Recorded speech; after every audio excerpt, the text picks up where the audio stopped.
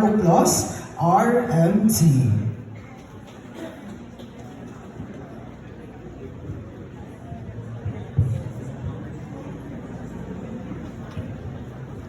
To everyone present here today, a pleasant afternoon.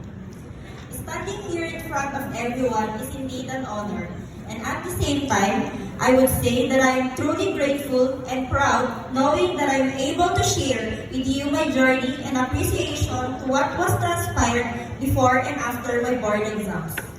People close to me know that my journey as a student was never smooth as it seems. Just a short backstory.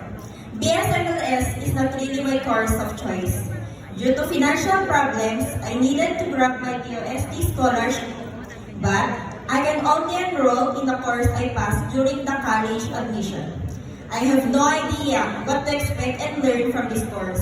That's why, on my first semester, I was barely surviving to pass every exam and requirements, failed quizzes, practicals, and exams. Giving up and shifting course came to my mind, but I was afraid to have a failing grade, so I would make up for those low scores. Eventually, I would have a passing grade for all the subjects every semester, which became my motivation to continue the path the Lord has given me. Despite the difficulty of each subject and the effect of non-new normal, I survived. Continuous no failing grade made me a regular student with delayed internship. Tapos yung grade ko ng compre, na second take na, pasang-awa, legit. Furthermore, during my college life, I needed to live alone and provide for my own through my scholarship because my family is away and can't support me enough for some personal reasons. That's why I needed to live with my relatives of different families. I even undergone a laparotomy 2 years before entering college due to my brain abscess na sabi ng doktor, possible nga na bumalik after 10 years. Within those years after, many more health issues discovered, and the rest is history. Now, I'm living like a normal person, right? Sabi nga ng iba, hindi daw halata sa itsura ko yung mga nangyari sa buhay ko. People who know me personally are aware of what I've experienced and how my life is going now. A strong, independent woman as they perceive. Darling, I only have no choice. Life is so precious not to have hope, as my name, Nadine, implies. The only thing that gave me the strength and courage to go on in this challenging life of mine, and I think was my only option when I doubted myself, was to pray and seek the guidance of the Lord.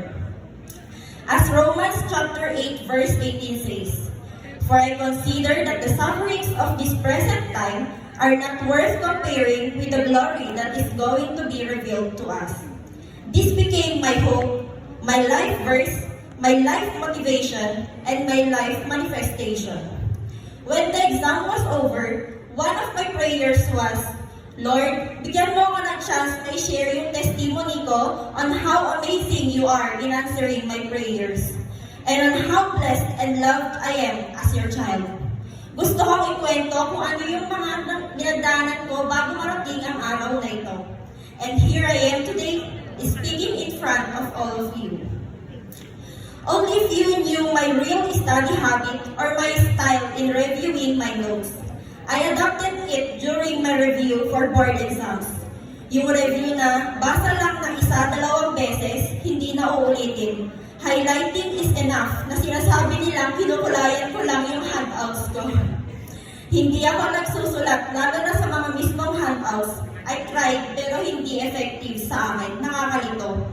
Walang flashcards, same review materials, and even for the same review materials since first year until comprehensive exam, and even for the board exam kasi nalilito ako sa mga inaaral ko kapag madaming sources dahil sa photographic memory ko. Naalala ko pa nung first year, kinakabahan at naiingit ako kapag aral na aral mga kaklase ko, like kahit saan magre-review, nagtatanungan, may mga sulat handouts nila, may mga flashcards, nalalaman kong nagpupuyat mag-review, discussion ng mga sagot after exams or quizzes, tapos malalaman ko, feeling ko mali yung naisagot ko. Tapos ako hindi ganun yung ginagawa. I didn't enroll sa review center because of financial instability and feeling ko kasi sayang yung ang mahigit 15K kung hindi lang din papasa. So nag-self-review na lang ako and only enrolled sa final coaching which had additional handouts. Review na pabasa-basa lang, satisfied na kung nabawasan yung review materials na planong basahin. Hindi araw-araw nag-aaral, then I suddenly thought of applying for work dahil lubos na savings ko nung college and still, my parents can't support me financially. I worked for 2 months with morning shift. Alam naman natin lahat na most toxic ang shift na ito.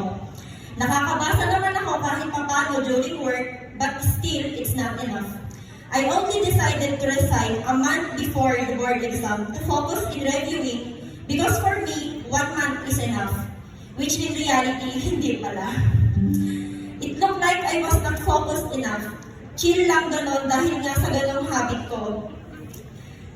I knew people doubted me because of that. And I can say that I didn't do my best because I believe that God did everything for me. 11 days before the exam, when I started to look for and believe in signs,